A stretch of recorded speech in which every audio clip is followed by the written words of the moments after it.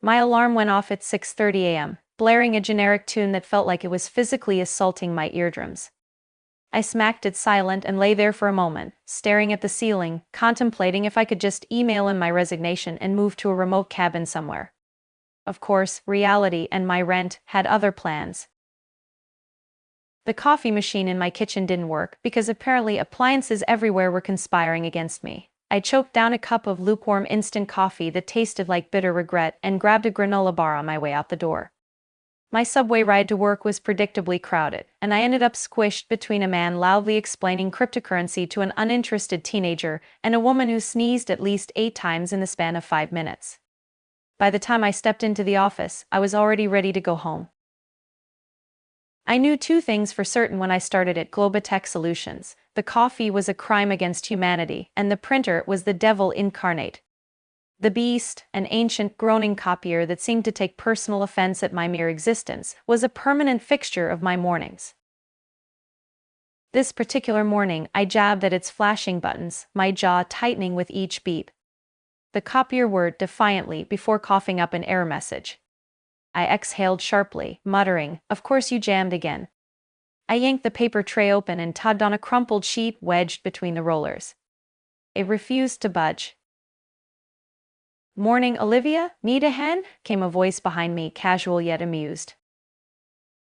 I turned to see Sam Walker, the IT guy. He leaned against the cubicle wall, holding a coffee mug like he had all the time in the world. His scruffy, just rolled out of bed appearance clashed with the efficiency he was infamous for.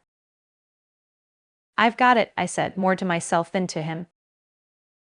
"Sure you do." Sam smirked, watching as I wrestled with the printer. "Don't you have actual IT emergencies to deal with?" I asked, narrowing my eyes. "This is an IT emergency," Sam said. "For me, watching you attempt to communicate with the beast is painful." Biting back a sharp retort, I stepped aside. Sam crouched, pressed a few buttons, and slid open a hidden panel. He extracted the crumpled paper with ease, as if the machine was on his payroll. "There you go," he said, handing it to me with an exaggerated flourish. I stared at him, both annoyed and intrigued. "What did you do to fix it?" "It's a trade secret," he said with a wink. "Gotta keep some mystique in IT." As he walked away, I watched him, my frustration mingling with curiosity. I hated being outmaneuvered by both man and machine. Later that day, my inbox pinged with a new email. Subject: exciting news. Talent show this Thursday. Body: join us for a night of fun and competition. Sign-up sheet attached. I groaned as I skimmed the message, sinking lower in my chair. Mandatory fun. 2 words that didn't belong together, yet corporations insisted on pairing them like some twisted inside joke. My fingers drummed on the desk as I scanned the email again, as though rereading it might change the words on the screen. Nope, still the same. Public humiliation disguised as entertainment, I muttered under my breath, imagining HR cackling as they hit send. Ignoring it was the logical choice. But the thought nagged at me. What kind of fun could they possibly be planning? And why did I suddenly feel the urge to know? With a sigh, I clicked the attachment, my stomach flipping as I scrolled through the list of participants. My heart dropped when I saw it, my name, bold and glaring near the bottom, Olivia Harper, performer. My breath hitched. I leaned closer to the screen, hoping proximity might somehow change the horrifying reality. "What the?" I muttered, dread curling in my chest like a snake. Who did this? And why? Sam's smirking face immediately popped into my mind, smug and definitely guilty looking. My phone buzzed, jolting me out of my spiraling thoughts. I glanced at the screen and groaned. Speak of the devil. Sam's name lit up my phone like a neon sign. "Sam, saw your name on the talent show list. Didn't peg you for the performative type." Heat crept into my cheeks. Of course, he'd seen it already. He probably lived for moments like this. "Olivia, I didn't sign up." "Sam, well, it's there. Guess you're up." "Olivia, you wouldn't happen to know how that happened, would you? Sam, what, me? Never. But now I'm curious, what's your talent?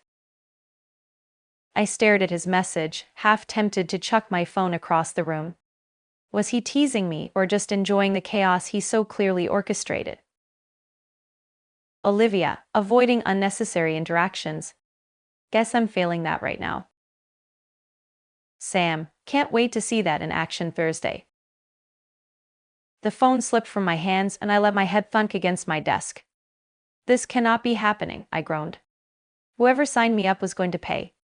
Preferably with their dignity or their life. When Thursday evening rolled around, I dragged myself to the conference room. The crowd was bigger than expected, buzzing with excitement. I shifted uncomfortably in my seat as Greg from sales performed a surprisingly skillful juggling act with staplers. My heart sank when the MC called my name. Clutching a worn paperback, I shuffled to the front of the room, gripping it like a lifeline. Hi, I began, my voice wavering. I'm Olivia and I'm going to. Hold that thought. Sam's voice rang out from the back. The room turned as he strode forward, holding 2 glasses of water. Sorry everyone, slight program adjustment, he announced, setting my glasses on the table. What are you doing? I whispered, my eyes wide. Trust me, he whispered back, a mischievous glint in his eye. Turning to the crowd, he said, we're doing a water pouring competition. Winner gets bragging rights. The audience murmured in confusion that quickly turned to amusement. I stared at him, equal parts mortified and intrigued. A what? I hissed. Trust me, he repeated, handing me a glass. What followed was an escalating series of increasingly ridiculous water-pouring challenges, each more absurd than the last. First, it was pouring while standing on one leg. I wobbled like a flamingo on a windy day while trying not to spill a single drop, the audience chuckling at my determination. Then came the blindfold round. Sam tied a bandana over my eyes and spun me in a circle for good measure, as if we were at some bizarre corporate piñata party. Steady now, he quipped, guiding my hands to the glass with exaggerated precision. My first attempt missed the cup entirely, earning a dramatic groan from Sam and roaring laughter from the crowd. Finally, the piece de resistance, pouring with a spoon. Sam handed me the tiniest dessert spoon imaginable, smirking as he presented his own with a flourish. 1 drop at a time, he declared, as though this were the Olympics. The audience hollered encouragement as we painstakingly transferred water from one glass to another, drop by agonizing drop.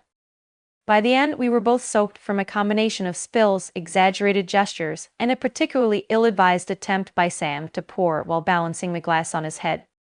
The crowd was in stitches, and to my surprise I found myself laughing too, genuinely, uncontrollably laughing. The weight of my earlier anxiety had lifted with every ridiculous task, replaced by a strange, giddy lightness I hadn't felt in ages. By the end we were both soaked, the audience roaring with applause. I caught Sam's eye and shook my head, smiling despite myself. The next morning, a bright yellow sticky note greeted me at my desk. For a non-performative person, you're surprisingly good at improv. Thanks for playing along, Sam. Rolling my eyes, I peeled it off, a reluctant smile tugging at my lips. Heading to the break room, I found Sam fiddling with the printer, his sleeves rolled up and his hair even messier than usual. Morning, improv queen, he said without looking up. You owe me an explanation, I said, pouring coffee. For what? For how my name ended up on that list. Sam grinned, standing up and dusting off his hands. Guess we'll never know. I narrowed my eyes. You're impossible. Thanks, you make a decent teammate though. Don't get used to it. But my smile betrayed my words as I walked away, the sticky note tucked into my pocket. The next week brought more typical chaos at Globotech Solutions. My desk, a swirling vortex of papers and sticky notes, was no less cluttered than my thoughts. The talent show fiasco had somehow broken the monotony of office life, leaving me inexplicably attuned to the rhythms of the workplace, the muffled hum of conversations, the hiss of the coffee machine, and of course the persistent whir of the beast. It was mid-morning when I heard Sam's voice echo from the corridor. He appeared moments later, holding a screwdriver and what looked like half a keyboard. "Don't ask," he said, preempting the question forming on my lips. "IT emergencies wait for no one." "Looks like a crime scene," I quipped, nodding to the dismembered keyboard. "Corporate drama, someone spilled kombucha on it." He tilted his head. "Hey, what's your lunch situation?" "My what?" "Lunch, the meal you eat around noon?" "I'm aware of lunch." I leaned back in my chair. "Why?" "Thought we could grab some, there's a taco truck parked outside, consider it a peace offering." "Peace for what? Dragging me into public humiliation and making me part of your absurd performance?" "Both," he said without hesitation. The idea of lunch with Sam was both curious and oddly tempting. Against my better judgment, I found myself nodding. "Fine, but if the tacos are bad, you're dead to me." He grinned. "Noted." The taco truck was a welcome reprieve from fluorescent lighting and office politics. The air outside was crisp, the line of hungry patrons buzzing with energy. Sam ordered a ridiculous amount of food, justifying it with, "It's for science." As we sat on a bench with our trays, the conversation flowed easily. He told me about his early IT gigs, most of which involved rescuing panicked professors from PowerPoint disasters. I recounted my own horror stories of temp jobs and mismatched career advice. Somewhere between bites, I realized I wasn't dreading returning to work, a small surprising victory. "So Olivia," he said, leaning back, "what's the end game for you? Big dreams, lofty ambitions?" "Honestly, I haven't figured that out yet." I shrugged. "Right now, I'm just trying not to screw up." "Hey, that's fair, but if you do, at least you'll have a good water pouring routine to fall back on." I rolled my eyes but laughed. The following Monday greeted me with a red, urgent email from my manager, Karen. Apparently, the team was behind on a massive project for a high-profile client, a comprehensive market analysis and strategic proposal for a major tech firm looking to expand internationally. By team, she meant me and a few others, all of whom looked as sleep-deprived as I felt by noon. I barely opened the file when Karen appeared at my cubicle. "Olivia, I need this done by Thursday," she said, her voice dripping with fake urgency. "It's critical for the client pitch." The project involved creating a detailed analysis of emerging markets, identifying key opportunities for expansion, and crafting a tailored strategy to help the client break into international tech markets. The stakes were high, with the client's decision potentially hinging on our presentation. "Of course," I said, gritting my teeth. By mid-afternoon, I was buried in spreadsheets, trying to decipher data that felt like it had been written in ancient hieroglyphics. My patience wore thin when the beast decided this was the perfect time to malfunction. Again. "Need backup?" Sam's voice startled me as he appeared, holding yet another coffee mug. "Do you sleep or are you some kind of IT robot?" I muttered. "Neither." He grinned. "Show me the disaster." Sam crouched beside me, peering at the screen with the same intensity as someone defusing a bomb. "Well, here's your first problem," he said, pointing to a column mislabeled opportunity score that had been calculated incorrectly. "This formula's a mess."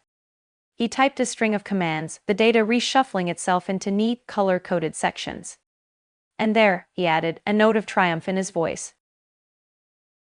"How did you?" I began, but he interrupted with, "You owe me a coffee for every error I find." He kept working, explaining each fix with a mix of wit and exaggerated metaphors, at one point comparing the dataset to a poorly made burrito.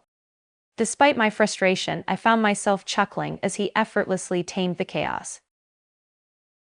By the end of the day, we turned the project into something resembling order. "Thanks," I said grudgingly as he leaned back in his chair. "Anytime," he replied. Just remember who saved your neck when this gets praised in the next meeting.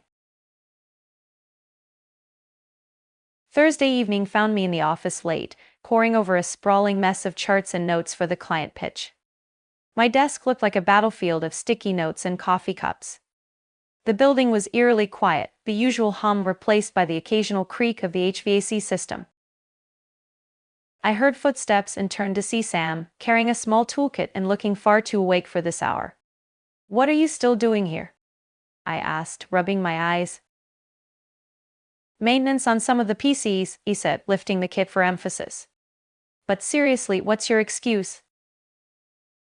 "Karen's email of doom," I muttered, gesturing to my screen filled with half-finished graphs. "The client pitches tomorrow, and if I don't finish this, I might as well pack up my desk now."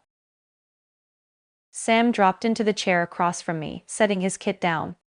"Let me guess, data that won't cooperate and charts that look like kindergarten art projects?" "You've summed it up perfectly," I replied with a sigh. "Well, you're in luck. I've got a soft spot for lost causes," he said, pulling my laptop closer without waiting for permission. "Move over." He began typing, cross-referencing cells, and tweaking formulas like a mechanic fine-tuning an engine. Hours passed in a blur of troubleshooting, sarcastic banter, and an impromptu competition to see who could chug coffee faster. The clock ticked past midnight, and while my eyes burned from the screen glare, the pitch was finally starting to take shape. Sam worked between fixing my data and running back to his PC repairs, returning each time with a new wisecracker snack he'd scavenged from the break room. By the time we hit the final save, it was nearly 4 a.m., and I was too tired to be anything but grateful. "You're a miracle worker," I said, leaning back in my chair and stifling a yawn. "And don't you forget it," he replied, packing up his tools. "Now go home and get at least an hour of sleep before you present this masterpiece." As he walked away, I caught myself smiling, despite the exhaustion. Maybe all-nighters weren't so bad when you had the right company. Saturday morning, I was at the farmer's market, loading my bag with fresh fruit when I heard a familiar voice. "Didn't expect to see you here." I turned to see Sam, holding a basket of vegetables. "Do you just appear everywhere, or is this a new hobby?" "Hey, I live nearby, what's your excuse?" "Weekly groceries," I said, holding up my bag. We ended up wandering the market together, stopping at almost every stall. Sam pointed at a stand selling kale chips and said, "This is what regret tastes like," earning a glare from the vendor and a laugh from me. At another booth, he picked up a bag of herbal tea labeled Lunar Serenity and turned it over in his hands. "What even is this, moon dust?" he asked, eyebrows raised. I dared him to try it, and to my surprise, he bought it. When we reached the bakery stall, I spotted a row of vegan cupcakes and handed him one with bright pink frosting. "Your turn," I said. He took a bite, grimaced dramatically, and declared, "I've tasted betrayal, it's this frosting." I doubled over laughing, almost dropping my bag of fruit. By the time we left, I had a bag full of fresh produce, and he carried the dubious tea, but my cheeks hurt from laughing as much as from smiling. By the time we parted ways, my bag was fuller than expected, and my cheeks hurt from laughing.